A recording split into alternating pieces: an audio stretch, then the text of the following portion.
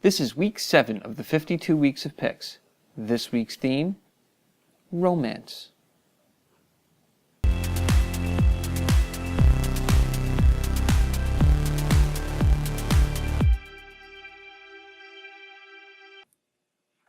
Unfortunately, this week I won't be recording myself shooting.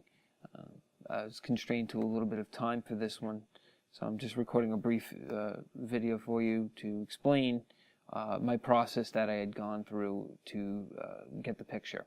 Behind me you see here I have a white muslin hanging, and behind that I had two flashes remotely triggered lighting the background up to form a silhouette of myself and Cher. And in Photoshop I'll be compositing a background to the image. So I apologize, and next week I will try to get out another video to you of the whole shooting process. But until then, let's go to Photoshop. Hi guys, yeah, we've made it over into Photoshop now, or I should say Adobe Bridge. And here's the first image I'm going to be compositing, and here's the second image, which will become our background. First we want to start off by getting rid of all of this the sheet and stuff that's here in the background. So I'm going to double click it and open it up in Camera Raw.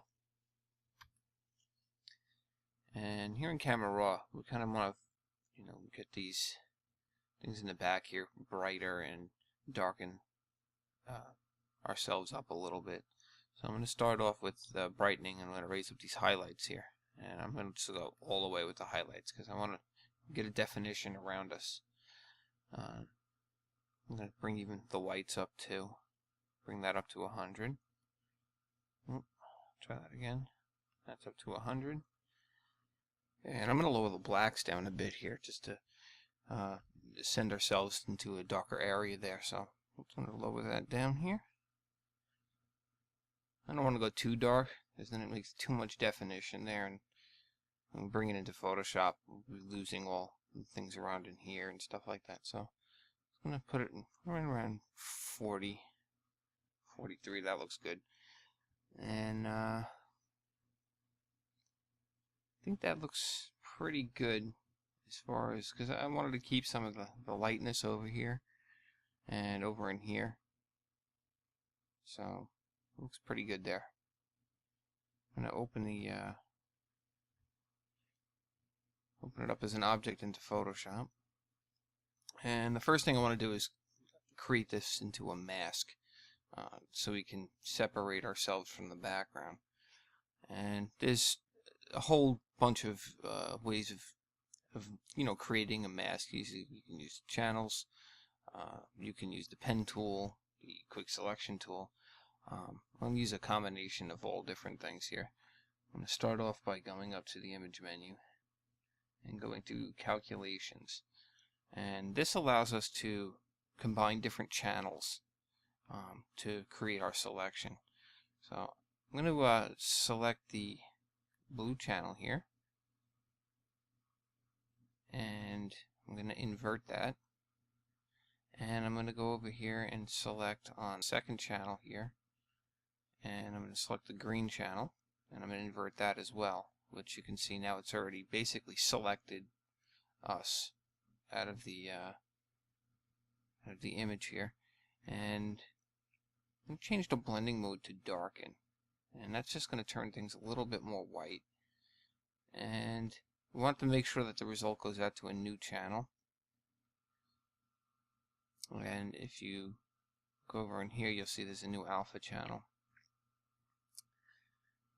And that's the one we're going to be working on. What I want to do next is to get my lasso tool, and I'm just going to draw with the lasso tool pretty close to myself. Just get in here, just go all around these areas here, and then I'll do that. Just going to encompass the whole thing and come back here so we have everything selected here. I'm going to hold the shift key. I kind of messed up there. And I'm going to fill that all in as black, and since black is our background color, I'm just going to hold Control backspace and fill that. And Control D will deselect all of that. Now, with the paintbrush tool,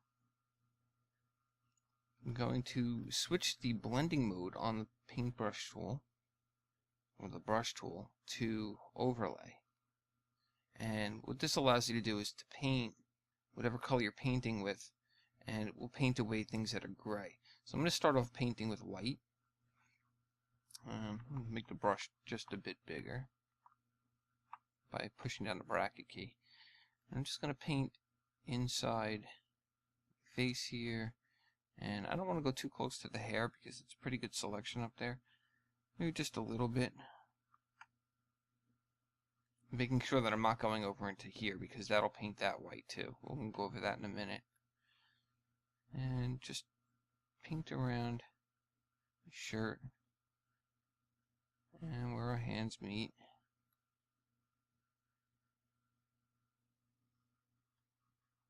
And over here, that's supposed to be a little gap there. So I'm going to hit X and go back. You see it just toggles between hitting X, toggles between switching the foreground and background color. And I'm just going to paint there to make sure that goes black. And switch it back to white and go around the edges to black.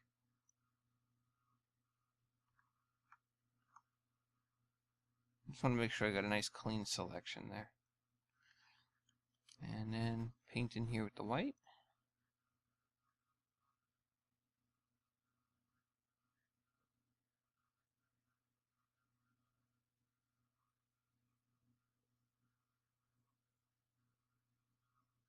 Alright, now I'm going to hit X and just come in on here and paint away those areas. All around my head now. And around the back as well.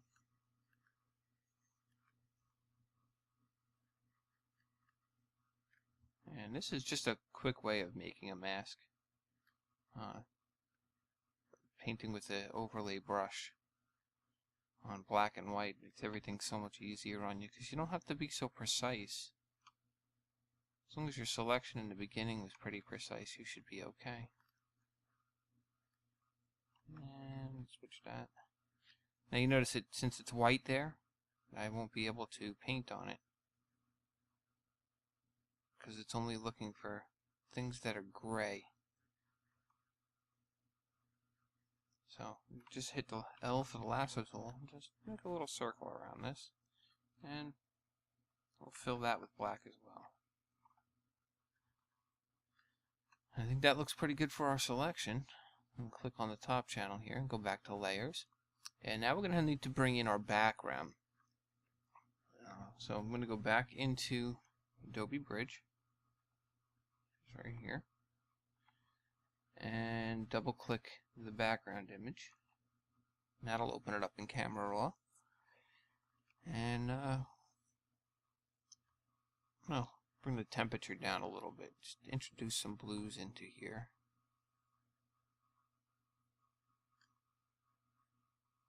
Maybe a 4600. Just put a little blues in there.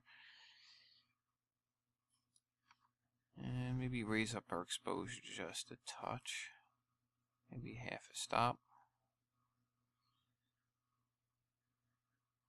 And bring up our contrast.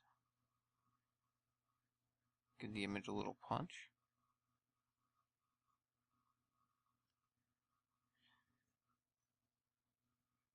And these highlights are pretty bright here. Let's bring them down.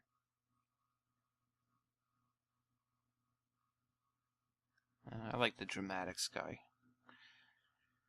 And I'm going to bring down the shadows too to try and darken some of this in here.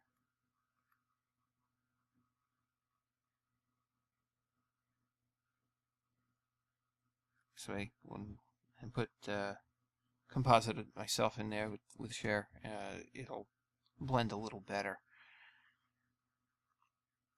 And let's maybe bring up some of the brightness a little bit from the whites.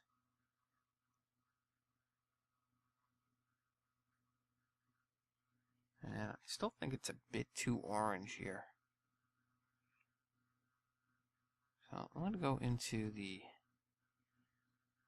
luminance curves here, or luminance blending sliders, and I'm going to target the orange channel. Just going to brighten it a little bit.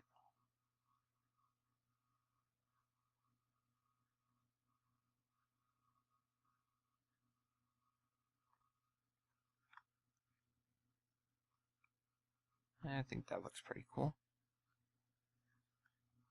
And I'm going to open the object here as well. It should come in as a smart object here. Alright, what happened here was it opened up its own document. I should have dragged it into the document. So I'm just going to right click on this empty space over here. And I'm going to hit duplicate layer. And I'm going to make sure that this duplicate is actually sent into the other document. And we can close this because we no longer need it. And I'm going to hit Control T. And just holding down the Shift key, just make this a bit larger here. I'm still holding the Shift key down. Move it to the middle. Now I'm holding Alt and Shift, and that's going to allow me to make that larger, but keeping the proportions straight, constrained. I'm just going to hit Enter. I've got a composition that I like, and I need to move this layer underneath for the background. Okay, now selecting the top layer here, and making sure that's selected, I'm going to go into Channels, and I'm going to Control click on our alpha channel, which loads that into a selection. I'll go back to Layers and click the Add Layer Mask button. We have a little bit of haloing going on around here, and I kind of want to get rid of that. The first thing I'm going to do is change my blending mode here to multiply. And you can see that that removes all of that haloing. But it did create a little bit of a problem over here, where you can zoom in so you can see what I'm talking about. Kind of made my shirt transparent there. So I'm going to fix that. Okay, before I do anything else, I'm going to create a little gradient map so it helps blend in the images. So you can see in here we'll have a little bit of red tones and yellow tones and stuff coming in. So I'm going to hold down the Alt key and click the new adjustment layer icon, and I'm going to go to gradient map and then click on this little option here. It says use previously to create clipping mask, which is going to allow this effect only to affect the layer below it that it's clipped to. Okay, now clicking on the gradient map swatch over here brings up the editor, and I had previously created this one earlier. It's just the colors out of this image, so I sampled all the colors from this image and I put them in their own stops. You can create new stops just by clicking on there. I'm just going to use this, and what you would do is just open up the color picker and then select the color, and that's it. It adds it into it. But I use the colors from this image to make this this gradient. But I don't need this color, so I'm just going to get rid of it, and I'm going to hit OK. And as you can see, it already started to move these colors into the image here. And I want these colors to punch a little bit more, so what I'm going to do is just change this to screen, and kind of brightens up those areas in there and lets those colors bleed through a bit. But like I said before, we had a little problem with this over here. So to fix that, this is one of the great reasons why you should use a smart object. I'm going to double click the smart object here and go back into Camera Raw. And the reason why it's coming through is I switched it to multiply, and multiply knocks out white colors. So this over here is white, and I'm going to need to get rid of it. So I'm going to move my contrast up, try and send that more to black, which I'm going to have to go to 100%. And I'm going to move the blacks down too, because that might help a bit more. Actually, you know, let's go to shadows, because I don't want the blacks to go.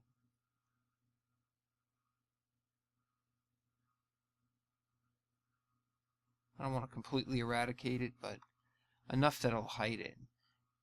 So when I click OK, it'll update in Photoshop, and you can see those things went away. And last thing I'm going to do, I think, I'm going to go to the Move tool by hitting V, and I'm just going to reposition. Holding the Shift key down will keep it moving in a straight line, so I can't go anywhere else, as you can see. I'm just going to cover some of this this stuff over here that I don't really want to see. I'll move that over right there, and that's it. Alright, I'm going to go into full screen here, hitting F key a couple times, and there you go. Alright guys, I will see you next week. Bye.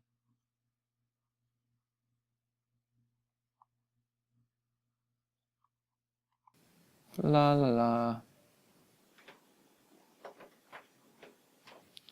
Creak, creak, creak. That's all I hear is creak, creak, creak. That's all you hear is creak, creak, creak.